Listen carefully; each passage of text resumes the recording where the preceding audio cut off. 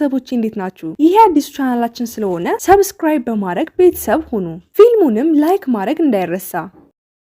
ፊልሙ ሲጀምር አንድ ያንግ የምትባል ሴትን እያሳየን ሲሆን ያንግ የምትኖረው ብቻዋን ከታናሽ እህቷ ዳኒ ጋር ነው። አባታቸው ከሞተ ጀምሮ ለ7 ዓመታት ዳኒን ከልጅነቷ ጀምሮ በሚባል ሁኔታ ተንከባክባ ያሳደገቻት እሷ ናት። ያንግም ኑሮን ለማሸነፍ የማትሰራው ስራ የለም። ነገር ግን ብቸኛ ስለሆነች ማንም ፍቅር የሚሰጣት ከጎኗ የሚሆን የለም። የሚቀርባትም ሁሉ ጥቅም ፈልገው ወይም ተጠቅመውባት ነበር የሚሄዱት።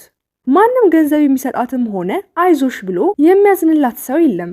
አንድ ጊዜ ያንግ ከፍቷትና ህይወቷ ተመሰቃቅሎ ተቀምጣ ሳለች ስልኳ ይጮሃል። አንስታ ስታወራ ስራ የሚያሰራት ሰው እንደሆነ አወቀች። ያንግም በጣም ደስ ብሏት ህይወቷ እየተቃና እንደሆነ አሰበች። ግን ይሄ ደስታዋ ብዙም አልቆየም ነበር። ደንበኛዋ ደውሎ በጣም ትንሽ ብር እንደሚከፍላት ሲነግራት እናም እሱም እንደ ሌሎቹ ሊጠቀምባት እንደሆነ ስታውቅ ንዴቷን መቆጣጠር ያቅታትና ሰውየው ላይ ጮኻበት። ተጨቃጭቀው ስልኩን ትዘጋለች።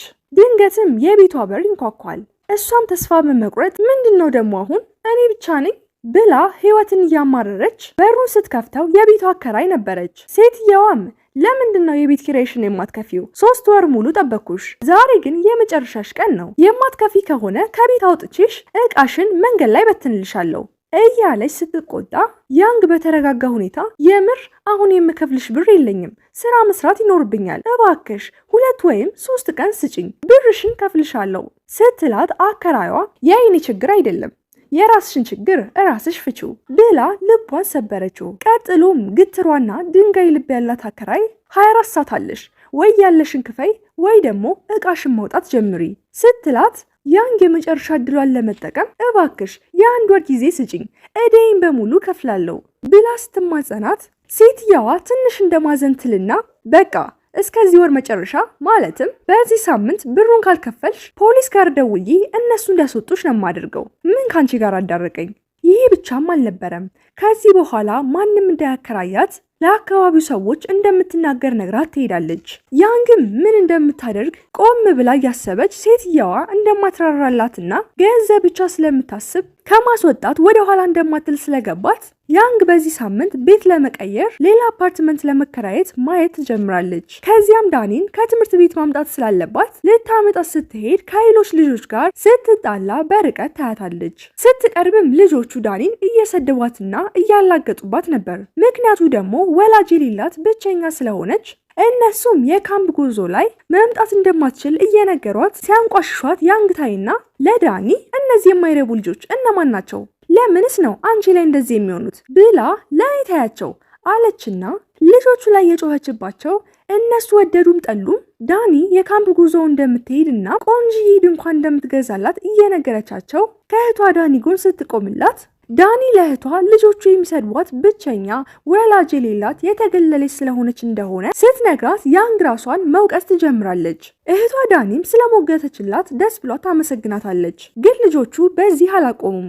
እሺ ቆንጆ ድንኳን ልትገዢላት ትችያለሽ፣ ግን አባት ልትገዢላት አትችይም። እኛ ሁላችን አባት አለን፣ አብረን እንደሰታለን፣ እሳት እናንዳለን፣ እንጫወታለን። አንቺና እህትሽ ግን ብቻችሁን ናችሁ ሲሏት ያንግ ትበሳጭና እነዚህ ልጆች ያማቸዋል? ስንት ዓመታቸው ነው? ቆይ ጭራሽ እኔን ይሰድቡኛል ብላ ወላጆቻችሁ ስነ ስርዓት ካላስተማሯችሁ እኔ አስተምራችኋለሁ ብላ ስታባረራቸው ዳኒ ታስቆማትና በቃ ታያቸው እኔ ይቅር ብያቸዋለሁ ትላታለች። ዳኒም እኔ ወላጅ የላትም እያሉ የሚሰድቡኝ ይበቃል፣ አሁን ደግሞ ጭራሽ እህቷ አብድናት ይበሉኝ እንዴ ብላ ታስቆማታለች። ያንግ ግን በፍጹም ቤተሰቦቻቸው ካላስተማሯቸው እኔ አስተምራቸዋለሁ ብላ የጮኸች ሄዳ ልጆቹን ትልቅ ትምህርት ከሰጠቻቸው በኋላ ወደ ስራዋ ትመለሳለች። እዛም ሊዮ የተባለ ጓደኛዋ አብሯት የሚሰራና ብቸኛ የምታውቀው ሰው ነው። እሱም አባቷ ከሞተ ጊዜ አንስቶ አብሯት ከጎኗ ያለ ሰው ነው። የሚሰማትንም ሁሉ ለሱ ነው የምትነግረው። እንደተለመደው ስለሷና ዳኒ የተፈጠረውን እናም ስላከራዩዋ ከቤት ልታስወጣት እንደሆነ ስትነግረው ሊዮ አረጋጋት። ያንግም ቀጠል አድርጋ ለነዛ ባለጌ ልጆች ልካቸው እንደሰጠቻቸው እነሱም ዳኒን ወላጅ የለሽም ቢሏትም እኔ ግን ድጋሚ አጠገቧ እንዳይደርሱ አድርጌ አስተምሪያቸውን የመጣሁት ስትለው ሊዮ ያደረገችው ነገር ልክ እንዳልሆነና ልጆቹ የባሰ ዳኒን እንዲጨቁኗትና እንዲሰድቧት እንዳደረገች ሲነግራት በሰራችው ነገር ትጸጸትና ምን ማድረግ እንዳለባት ስትጠይቀው እንደተለመደው እሷን መርዳት ጀመረ።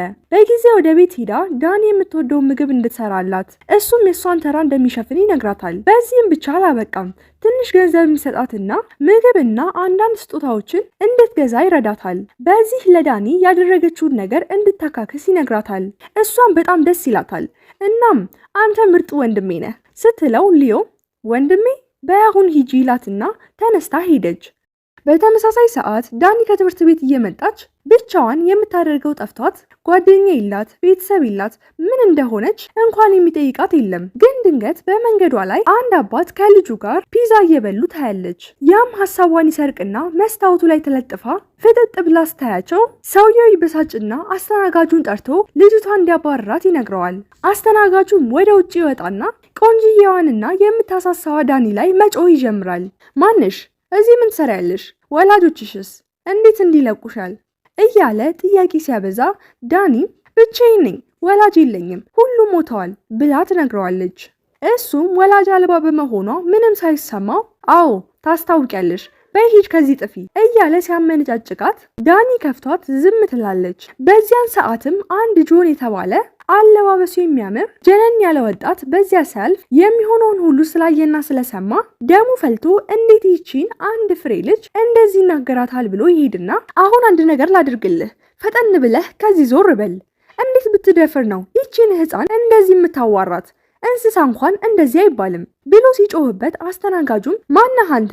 ምንህስ ነች? ጆንም አባቷ ነኝ። እስቲ ቅድም ስትላት የነበረውን እኔ ፊት ድገመው፣ ከዛ ፊትህን ጠባሳ በጠባሳ አረግልሃለሁ ሲለው አስተናጋጁ ይፈራና ይቅርታ ይጠይቃል። ከዚያም ጆን ወደ ዳኒ ዞርና ምንድነው መብላት የምትፈልጊው? ምንም ቢሆን እገዛልሻለሁ፣ ለምን ካፌውን ራስ አይሆንም እያለ ሲጠይቃት ደስ ይላትና የቅድሙን ሰውዬ ለማናደድ ትልቅ ፒዛ ከአንተ ጋር መብላት ነው የምፈልገው። ዳኒም ዋናው ጉዳይ ፒዛው ሳይሆን እኔ እናንተ ነን ትለዋለች። በተመሳሳይ ሰዓት ያንግ ቤት ደርሳ ዳኒ የምትወደውን ምግብ አዘጋጅታ ሰርፕራይዝ ለማድረግ እየጠበቀቻት ነበር። ከሊዮ ጋር እንደተስማሙት ሁሉንም ነገር አድርጋለች። እናም የምትወደውን ምግብ እንደሰራችላት ለዳኒ መልእክት ትጽፍላታለች። እናም ድንገት ዳኒ ደስተኛ ሆናና ፈገግ እያለች ትደርሳለች። ያንግም ተገርማ የት እንደነበረችና ለምን እንደቆየች ጠይቃታለች። ዳኒም ትንሽ ዝም ካለች በኋላ ከፍቷትና ትንሽ ተብሳጭታ ስለነበር ጥሩ ስሜት እንዲሰማት ዝም ብላ መንገድ ላይ ወክ እያደረገች እንደነበርም ትነግራታለች። ይህንንም ያንግ ስትሰማ ቅድም ትምህርት ቤት ላሳየችው ባህሪ እያዘነች ለዳኒ የምትወጂውን ምግብ ዶሮ ሰርቼልሻለሁ እስክትጠግቢ ብይ፣ ጠንካራ ሆነሽ እነዛ ልጆች ትጋፈጫቸዋለች ስትላት ዳኒ ግን አይ አመሰግናለሁ አራበኝም። ያንግም የምርሽን ነው? እስካሁን በእነዚያ ልጆች ተናደሽባቸዋል፣ ጭራሽ የምግብ ፍላጎትሽንም ዘግተውታል ስትላት ዳኒ ታቋርጣትና አይ በእነሱ አይደለም፣ እውነት ለመናገር እኔ ስለነሱ ማሰብና መጨነቅ አቁሜያለሁ። ለሚናገሩትም ነገር ግድ የለኝም። እኔ የምፈልገው አንቺን አንድ ነገር መጠየቅ ነው ትላታለች። ያንግም ምንድነው ደግሞ? ምን አጠፋሽ ስትላት አይ ሁሉም ነገር ሰላም ነው። አንድ ነገር ልጠይቅሽ እናም መልሽልኝ። ቆንጆ ረጅም እና ጠንካራ አባት እንዲኖርሽ ተመኝተሽ አታውቂም? ትላታለች። ያንግም እንዴ በደንብ ነዋ፣ የሚጠብቀኝ፣ የሚረዳኝ፣ የሚያናድዱኝን የሚመታልኝ ስትላት ዳኒ ደስ ብሏት እኔም እፈልጋለሁ ስትላት ያንግ ትብሳጭና ቆይ እኔ ምን አጎደልኩብሽ?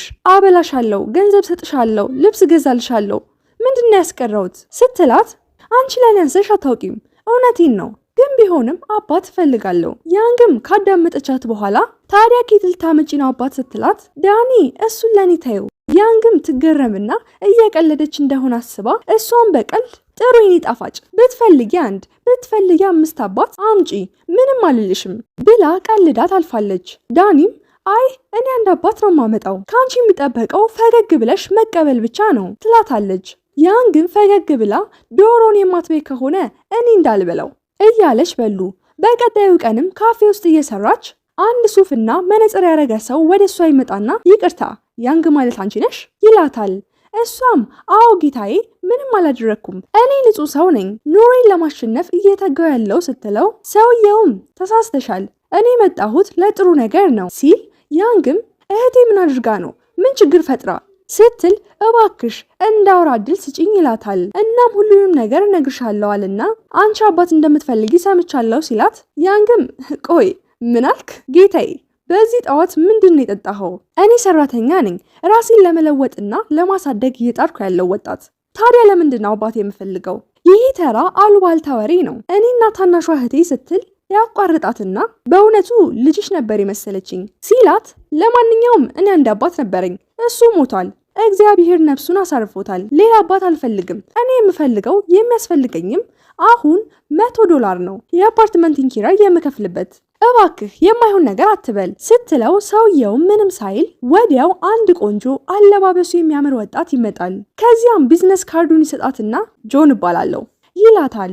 ያንግም እሺ ስላወቅኩ ደስ ብሎኛል ጆን፣ ታዲያ ምን ላድርግልህ ስትለው ከፊትሽ የቆምኩት እኔ አባትሽ እሆናለሁ ሲላት፣ ያንግም ሁላችሁም አብዳችኋል ወይም የሆነ ነገር ጠጥታችኋል። ቆይ ማነህ ስትለው ጆን ተረጋጊ፣ ዘና በይ፣ ከዛ ተረጋግተን እናውራ።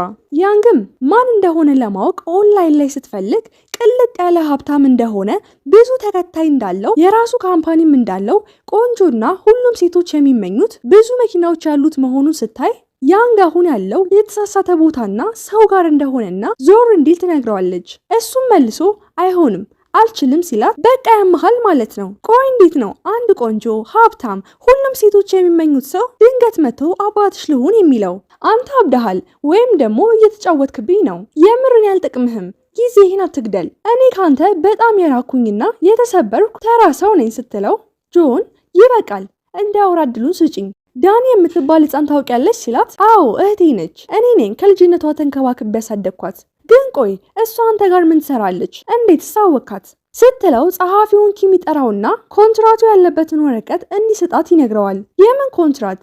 ያንግ ትጠይቃለች። ለምንድን ነው የምፈርመው? እሱም ዝም ብለሽ አንብቤው ይላትና ታሪካችን በቅጽበት ወደ ኋላ ያኔ ከዳኒ ጋር ካፌ ውስጥ ሲበሉ ያሳየናል። እናም እያወሩ እየተግባቡ ሲመጡ ጆን ዳኒ ጣፋጭና ደስ የምትል ልጅ እንደሆነች ይረዳል። ዳኒም ጆን ሀብታም፣ ደግና ጥሩ ሰው እንደሆነ ትረዳለች። ከዚያም ታሪኳን ትነግረዋለች። ወላጅ እንደሌላት፣ ብቸኛ እንደሆነች፣ አንድ እህት ብቻ እንዳላት፣ እሷን በስራ ስለምትጠመድ ጊዜ እንደማትሰጣት፣ ትምህርት ቤትም ሁል ጊዜ እንደሚሰድባት ስትነግረው በጣም ያዝንላትና ደስተኛ ለማድረግ ያስቃታል። ዳኒም ቆይ ለምንድን ነው የምታዝኑልኝ? ቤት ስለሌለኝ ነው ወይስ የሆነ ነገር ፈልጋችሁ ነው? ሴቶችን የምትሸጥነህ ስትለው ጆን ታይ እንደዚህ ብለሽ ህይወትሽን አታመሰቃቂ። ቆይ አንቺ ይሄን ሁሉ እንዴት ልታውቂ ቻልሽ? በዚህ እድሜሽ እኮ የአሻንጉሊት ፊልም ምናምን ነው ማየት ያለብሽ። ምን እያየሽ ነበር ያደግሽው? ይላታል። እሷም አየህ ወንጀለኞች ሁልጊዜም ወንጀለኛ አይመስሉም። ለማንኛውም ምንም አስበህ ቢሆን ቆንጆ ስለሆንክ ይቅር ብዬሃለሁ። አሁን ስለራበኝ እንብላ ትላቸውና ግን ዳኒ ምግቧን መቁረጥና መብላት ሳችል ስቀር ጆን ፒዛውን ቆርጦ እየሰጠ ይንከባከባታል። ዳኒም እርቧት እንዳልነበር ስትነግራቸው ይገረምና ታዲያ ለምን ነበር ውጪ ቆመች ስታያቸው የነበረው ይላታል። እሷም እኔ ምግቡ ላይ ሳይሆን አባትየውና ልጅቷ ላይ ነበር ሳፈጥ የነበረው፣ ምክንያቱም አባት ስለሌለኝ ቀንቼ ነበር። ከእህቴ ውጪ ቤተሰብ ኖሮኝ አያውቅም። እህቴም ስራ ስለሚበዛባት ጊዜ አትሰጠኝም። ጀግናችን ጆንም በጣም ልቡ ይነካና አንድ ሀሳብ ያቀርባል። እሱም አባትሽ ልሁን ነበር ያላት። እሷም እየቀለደ መስሏት ቆይ እንዴት ለምን ስትለው ጆንም እኔ ልጅ እፈልጋለሁ፣ አንቺ ደግሞ አባት፣ ስለዚህ እርስ በርሳችን ክፍተታችንን መሙላት እንችላለን ሲላት በጣም ደስ አላት። በስተመጨረሻም እንደ ሁሉም ሰው አባት ሊኖራት ነው። እሷም ተስማምቻለሁ ትለውና ነገር ግን ቃሉን ያጠፈ ሰው ይቀጣል ትለዋለች። ታሪካችን ወደ አሁኑ ሲመልሰን ያንግ ኮንትራቱን አንብባ ተረድታ እህቴ ጤነኛ አይደለችም፣ ያማታል፣ እናም አንተም እንደሷ ያማሃል፣ የሰራኸው ስራ ያሳፍራል። እንዴት አንዲት የ7 ዓመት ህፃን ያለችህን ሰምተህ አባቷ ልትሆን ትነሳለህ? የምር ብታዝንላት ኖሮ የውሸት ቃልና ተስፋ ባልሰጣሃት ነበር ስትለው ጆንም እውነቱን ለመናገር የውሸቴን አይደለም፣ የምር አባቷ ለመሆን ነው የምፈልገው። ረጋ ብሎ አንቺ ባትፈልጊም ችግር የለውም፣ ምክንያቱም ዳኒ በራሷ እጅ ስለፈረመች ይላታል። እሷም ምንም አልክ ምንም ጥቅም የለውም፣ እኔ እህቴን ሁሉንም ነገር አስረዳታለሁ ስትለው ጆንም ለምን ትልቅ ነገር አድርገሽ ታካብጃለሽ? ታውቂያለሽ እህትሽ ምን ያህል አባት እንደሚያስፈልጋት፣ ታዲያ ለምንድን ነው ልቧን የምትሰብሪው ሲላት፣ ያንግም አሁን ከዚህ የማትወጣ ከሆነ አናትህን የምሰብረው፣ አንተ ግን ያመሃል።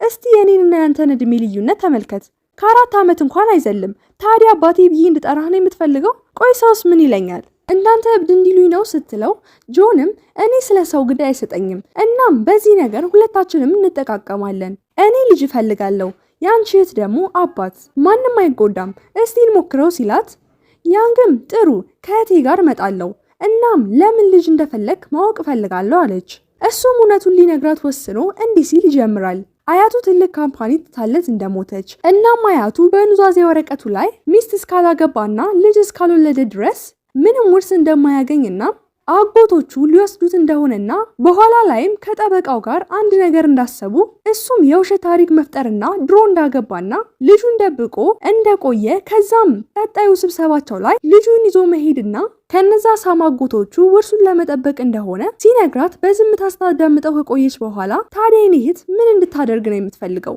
ትሰማኛለህ? ችግርህን እዚያው ፍታ።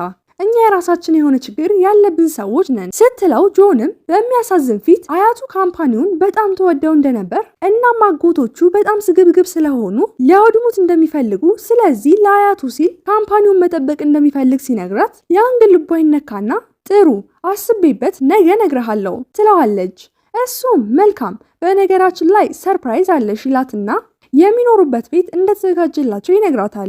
ይህ ሁሉ ድራማ እስከ 1 ወር ብቻ እንደሚቆይ ማለትም ልጅና አባት የሚሆኑበት ከዚያ በኋላ ሁለቱም የየራሳቸውን መንገድ እንደሚሄዱ ይነግራታል። ያንግም ይሄ ድጋሚ ተመልሶ ሊመጣ የማይችል ትልቅ እድል እንደሆነ አሰበችና ልታበላሸው ስላልፈለገች መፍትሄ ለመፈለግ አንድ ያላት ጓደኛዋ ሊዮ ጋር ስለ ነገሩ ለመወያየት ታስብና ሁሉንም ለሊዮ ትነግረዋለች። ምን ማድረግ እንዳለባትም ትጠይቀዋለች። ለ1 ወር ዳኒና ጆን አባትና ልጅ እንደሆነ ያስመስላሉ እና ቤት እስከምናገኝ ጥሩ መኖሪያ ይሰጠን ወይስ ብላ ስትጠይቀው ሊዮ እኔ የምመክርሽ ከዚህ ነገር እንድትርቂ ነው። እንዴት ነው አንድ ሰው ድንገት መጥቶ አባት ልሁን የሚለው? ሰውየውን ሳየው ራሱ አልተመቸኝም። ስለዚህ ራሳችሁን ከዚህ ነገር አርቁ ይላታል። ያንግ ግን የዳኒን ደስታና ጉጉት ስትመለከት ልቧን ተከትላ ወደ ጆን ቤት ይሄዳሉ። እዚያም ሲደርሱ ቤቱ በጣም ትልቅና ንጹህ ስለነበር ዳኒ ደስ ብሏት በስተመጨረሻም ትልቅ ቤት ገባው፣ አሁን እንደፈለኩኝ መጫወትና መብረር እችላለሁ ብላ ስትሮጥ ካዩት በኋላ ጆን ፈገግ ብሎ ያንግን እንኳን ደህና መጣሽ እንደ ቤትሽ ይው ይላትና ተቀምጠው አንዳንድ ህጎችን እንዲያወጡ ይጠይቃታል። እሷም ምን አይነት ህግ ስትለው እሱም አብረን ስለምንኖር የጋራ ህጎች ማውጣት አለብን ሲላት እንዴ የምን አብሮ መኖር ነው? እኔ እኮ ለዳኒ ብቻ ነው የመሰለኝ። እኔ ለምንድነው አብሬያቸው የምኖረው ስትለው እሱም እኔ ብቻዬን ዳኒ ላሳድጋት አልችልም። ስለዚህ አብረሽኝ ሆነሽ እሷን መንከባከብ ይኖርብሻል ይላታል። እሷም ትስማማና ነገር ግን ህጎቹን ቤቱን እስክታውቀው ድረስ እንዲያዘገየው ትጠይቀዋለች። ከ3 ቀንም በኋላ ዳኒ ከትምህርት ቤት ስትመጣ ጆን አሻንጉሊት ስጦታ በመስጠት ይንከባከባታል። እሷም በጣም ደስተኛ ትሆናለች። እናም ካምፕ ጉዞውን ይከፍልላታል። ከዚያም ዳኒ ወደ ትምህርት ቤት ትሄዳለች። ጆንም አሁን እኔና አንቺ ብቻ ነን ያለነው፣ ስለዚህ ህጎቹን እናውጣ ይላታል። ያንግ ትስማማና ይቀመጣሉ። እሱም 1 ልብሴን በፍጹም እንዳትነኪ፣ 2 ሁለታችንም የግል የሆኑ ነገሮቻችንን መጠበቅ ይኖርብናል። እሺ ጥሩ፣ አሁን ደግሞ የኔ ህግ አወጣለሁ ትልና 1 እቃዎችን እንዳጥልብኝ፣ ባለፈው የጣልካቸው ሳጥኖች እኔ $500 በላይ ያወጡልኝ ነበር ትለውና ትንሽ ተጨቃጭቀው ያንግ ወደ መኝታ ክፍሏ ገብታ ለዳኒ መልእክት ትጽፍላታለች። ካምፕ ውስጥ እንዴት እየሆነች እንደሆነ ጠይቃታለች። ዳኒም ሁሉም ነገር ጥሩ እንደሆነ አባቷም እንደደወለላትና ብር እንደላከላት ትነግራታለች። እናም ጓደኞቿ እንደወደዷትና ከዚህ በኋላ እንደማይሰድቧት አሁን ላይ እሷ በጣም ኩልና ታዋቂ እንደሆነች ትነግራታለች። ያንግም ጆንን ስለ እህቷ ደስተኛ እንደሆነችና ስለተንከባከበላት ታመሰግነዋለች። ድንገትም የሆነ ነፍሳት እየበረረ ታይና ደንግጣ ከጆን ጀርባ ትደበቃለች። ጆንም እኔ ወጣዋለሁ ካለ በኋላ ሲያየው የሚፈራው ነፍሳት እንደሆነ ለያንግም እሱም እንደሚፈራ ነገራት። ከዛ ግን እንደምንም ብሎ አረጋግቷት ይገለዋል። እሷም ደስ ይላትና ሊዮ ጋር ደውላ ጆን የምትፈራውን ነፍሳት እንደገደልላት ትነግረዋለች። ሊዮም እሱ አንቺ ቤት ምን ይሰራል ሲላት ያንግም ትንሽ ዝም ካለች በኋላ አንድ ያልነገርኩህ ነገር አለ። እኔና ዳኒ እሱ ቤት መኖር ከጀመርን 2 ሳምንት አልፎናል ትለዋለች። ወደ ካፌውም ሄዳ እየሰሩ ያለ ሊዮ ስለነገሩ ሊያናግራት ሲል የሆኑ 2 ሴቶች ይመጡና ያንግ ላይ ሊጮሁባት ሲሉ ጆን ይደርስና ልጆቹ ልጄን ሲሰድቡና ሲሳለቁባት የተቀረጸ ቪዲዮ ማስረጃ ስላለኝ ፍርድ ቤት ከሳቸዋለሁ ብሎ ሲናገራቸው ሴቶቹ ሀብታም መሆኑን ሲረዱ ፈርተው ይመለሳሉ። ያንግም ይህንን ስታይ ጆንን ማድነቅና አንድ የሆነ የሚረዳት የሚጠብቃት ሰው እንዳለ ይሰማታል። ከዛም ወደ ቤት ተመልሳ ጆን ቅድም ካፌ ውስጥ ስላደረገው ነገር ስታመሰግነው ያ ቃል የገባው ነገር እንደሆነና እሷንና ዳኒን በምንም አይነት ሁኔታ መጠበቅ ግዴታው እንደሆነ ይነግራታል። ከዚያም አብረው እንድትወጣ ይጠይቃትና እቃ ማስቀመጫ ክፍል ውስጥ ለካምፒንግ ጉዞ ያዘጋጀውን እያሳያት ሁለቱም ዘና ይላሉ። እናም ጆን ለያንግ ዳኒ የእውነተኛ ልጁ እንደምትመስልና አሁን እያደረገ ያለው ነገር ለእንደሱ አይነት ቆንጆ ልጅ ከሚገባት በታች እንደሆነ ነግሮ ባለፈው አጎቱ ስላስቀየማት ይቅርታ ይጠይቃታል። ያንግም እሷን እየወደዳት እንደመጣ ተረድታ እኔ እናንተ እንደዚህ ሆነን እንድንታይ አትፈልግም ብላ ስትጠይቀው ምንም እንደማይመስለውና እንደውም ሁሉም ሰው እንደ ቤተሰብ አብረን እንደምንኖር ቢያውቁ ምኞቱ እንደሆነ ይነግራታል። እናም እሷ ለህይወቱ የምታስፈልግ ሰው እንደሆነች ሲነግራት ደስ ይላትና እሱን ለማወቅ ትጓጓለች። እና እሱን የሚወደውን ከለር ስትጠይቀው እሱም ፒንክ ይላትና የእሷን ይጠይቃታል። እሷም ሰማያዊ ትለዋለች። እነሱም በጣም እየተግባቡ ይመጣሉ። እናም ጆን እንደሚወዳት ይነግራታል። ያንግም ግራ ተጋብታ ቀጥሎም እንዴት ብቻሽን ያለማንም እርዳታ እህትሽን እንዳሳደግሽ ብርታትሽን፣ ጥንካሬሽን አደንቅልሻለሁ። እኔም ቤተሰቦቼ የሞቱብኝ ልጅ ነበርኩ። እናቴ ገና ልጅ እያለሁ ነው የሞተችው። እናም አያቴን ያሳደገችኝ። ለዛም ነው የአያቴን ካምፓኒ መጠበቅ የምፈልገው።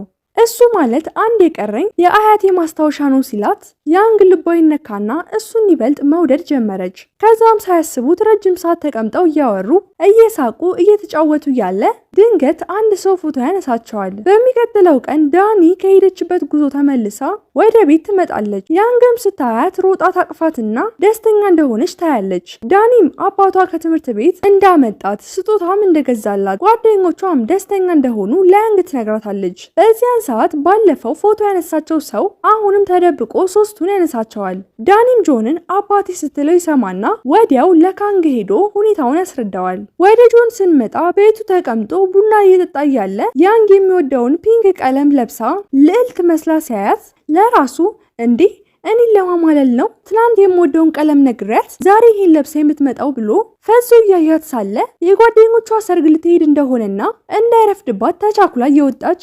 እንደማትቆይና ሰርፕራይዝ እንዳዘጋጀችለት ነግራው ትሄዳለች። ቆይቶም ወደ ረዳቱ ኪም ይሄድና በቀጣይ ስብሰባ ምን ማድረግ እንዳለባቸው ሲጠይቀው ኪም አሁን እያደረገ ያለው እንዲቀጥል ሲነግረው ለኪም እሱ በዳኒና በእህቷ ፍቅር እየወደቀ እንደሆነና እነሱን አደጋ ውስጥ መጣል እንደማይፈልግና ለካንግ ሊተዋቸው እንደማይፈልግ ይነግረዋል። እና ምን ማድረግ እንዳለበት እንደማያውቅና በጣም ከነሱ ጋር እየተላመደ እንደሆነ ሲነግረው ኪምም መልሶ እነዚህን ሁለት ሴቶች ካወክ በኋላ ህይወትህ ተቀይሯል። እስቲ ራስህን ተመልከት። ግድ የለሽ ሰው በአንዴ ለሰው አሳቢና ተቆርቋሪ ሆንክ እኮ።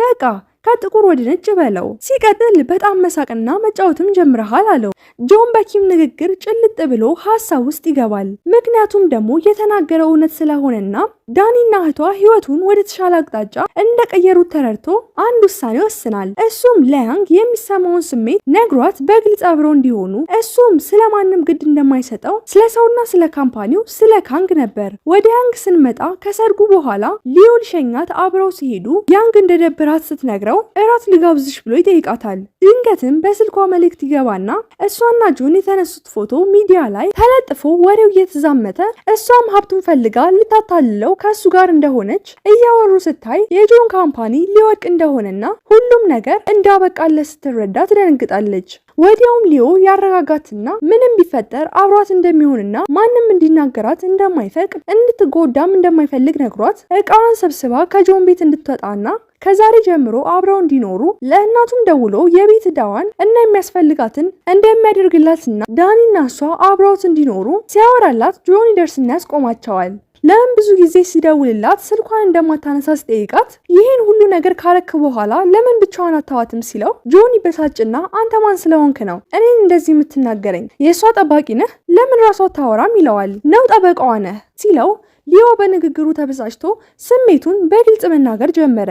እኔ ማን እንደሆንኩ ታውቃለህ? ላለፉት 8 ዓመታት ሳፈቅራት ነው የኖርኩት። እሷ አንድ ጣፋጭ ቃል ስትናገር ስታመሰግነኝ ስለዛ ነገር ለ2 ቀን አስባለሁ። አዎ እኔ እሷን የምጠብቅ ነኝ ሲለው ጆን ሊዮ እሷን ሊወስዳት እንደሆነ ተረድቶ ወዲያው ለያንግ እንደሚወዳት እሷንና ዳኒን እንደሚወዳቸው ያለነሱ መኖር እንደማይችልና ለሰው ሁሉ እንደሚወዳት እንደሚያሳውቅ እና መቼም ሊጠቀምባት እንደማይፈልግ ግን ትታው እንዳትሄድና አስባበት መልስ እስከምትሰጠው እንደሚጠብቃት ለዘላለምም እንደሚወዳት ነግሯት ሲሄድ ያንግ ሊዮን ለምን እንደተበሳጨ ስጠይቀው ለ8 ዓመታት ሲወዳት እንደኖረና እሷ እስክትወደው እየጠበቀ እንደነበር እናም ሌላ ሰው ወዳ ብትሄድ እንኳን እንደማይጠላት እሷንና ዳኒን እንደሚጠብቅ እንደ አባት፣ ወንድም፣ ጓደኛ ሁሉም ነገር እንደሚሆንላት ሲነግራት ያንግ እሱ ለሷ የተለየ ሰው እንደሆነና ሁሌም እንዲኖራት የምትፈልገው ወንድሟ እንዲሆን እንደምትፈልግና በሌላ መልኩ ልታስበው እንደማትችል እውነታውን ያወቀችው ከ2 ወር በፊት እንደሆነ ነገር ግን ከወንድምነት በዘለለ እንደማታየውና ጆን ጋር ስትሆን ለመጀመሪያ ጊዜ ደስ የሚል ስሜት እንደተሰማትና ቀሪ ህይወቷን ከዛ ሰው ጋር ለማሳለፍ እንደተመኘች ስትነግረው ውሳኔዋን እንደሚያከብርና ሁሌም እንደሚወዳት በተጨማሪም እሷ ለሱ ሁሌም ውድ እንደሆነች ነግሯት ይለያያሉ። ያንግም ወደ ጆን ሄዳ እንደምትወደው ስትነግረው እሱም ካያት ቀን ጀምሮ እንደወደዳት ነግሯት በግልጽ ፍቅረኛሞች እንዲሆኑ ጠየቃት። እሷም በመጀመሪያ ወደ ካምፓኑ ተመልሶ ነገሮችን እንዲያስተካክል እናም ከዛ በኋላ አብረው እንደሚሆኑ ትነግረዋለች። በዚህ አይነት ሁኔታም ወር ያልፋቸዋል። እነሱም በጣም እየተዋደዱና እየተግባቡ ይመጣሉ። ለረጅም ሰዓትም ስልክ ያወራሉ። ወደ ካምፓኒው ስንመጣ ጆን የካንግን ሴራ አጋልጦበት የአያቱን ድርጅት ሲያስቀጥል እያየን ጆን ወደ ዳኒ ትምህርት ቤት ሊያመጣት ሲሄድ እነዛ ልጆች ሲያጋልጡባት በድጋሚ ያያቸውና እሱ አባቷ እንደሆነ ነግሯቸው ዝም ያስብላቸዋል። ከዚህ በኋላም እንደ እህታቸውና እንደ ጓደኛቸው እንዲያያት ነግሯቸው አቅፏት ይዟት ይሄድና አሻንጉሊትና መጫወቻዎች ገዝቶ ያስደስታታል። ወደ ቤትም ሲመለስ ያንግ የት እንደነበረ ስትጠይቀው የሰርጋቸውን ወረቀት ያሳያትና ሁሌ ከእሷ ጋር እንደሚሆን ያረጋግጥላታል። እናም እሷንና ዳኒን መቼም እንደማይተዋቸው ሲነግራት በደስታ ታጥፈውና ይህን ሁሉ ማድረግ እንደማይጠበቅበት አሁኑኑ ሂደው መጋባትና መመዝገብ እንደሚችሉ እየነገረችው ፊልማችን ያልቃል። ፊልሙ የተመቻችሁ ቻናላችንን ሰብስክራይብ፣ ቪዲዮውን ላይክ እንዲሁም ደግሞ ለሌሎች እንዲደርስ ሼር ማድረጋችሁን አትርሱ። ሀሳብና አስተያየት ካላችሁ ደግሞ ኮሜንት ላይ አስቀምጡልኝ። በሌላ ፊልም እስከምንገናኝ ድረስ ቻው ቻው።